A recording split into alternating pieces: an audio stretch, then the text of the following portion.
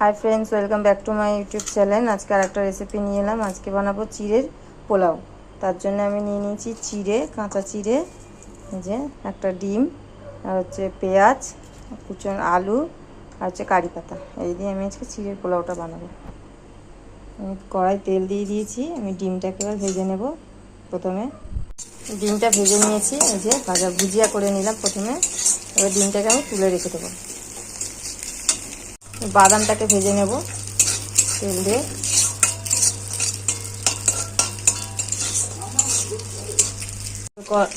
কড়াতে আমি তেল দিয়ে কারি পাতা দিয়ে দিয়েছি। কারি পাতা খুব সুন্দর একটা সেন্ট বেরোচ্ছে। এবার আমি আলু আর পেঁয়াজটাকে দিয়ে দেবো। আলু আর পেঁয়াজগুলোকে ভেজে নেব।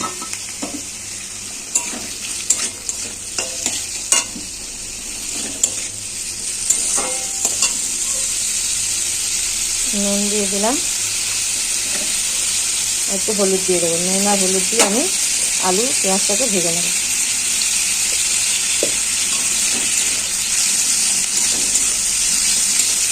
সুন্দর একটা টিফিন রেসিপি এটা।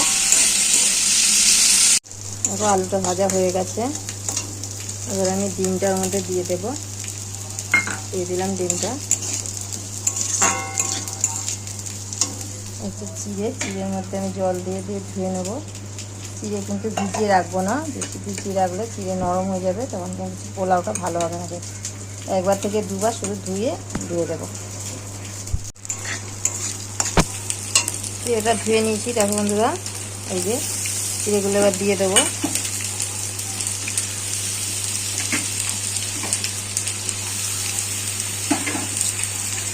দিয়ে আমি নেড়ে নেব।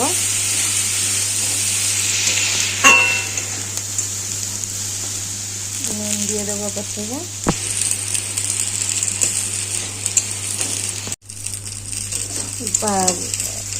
বাদাম ভাজাটাও দিয়ে দিয়েছি, দেখো। চিড়ের পোলাওটা আমার হয়ে গেছে। খুব সহজেই হয়ে যায়, রেডি। এইভাবে বানিয়ে দেখুন, খুব ভালো হয় খেতে, দারুণ টেস্টটা। এইসব টিফিন এখন উঠেই গেছে বলতে গেলে।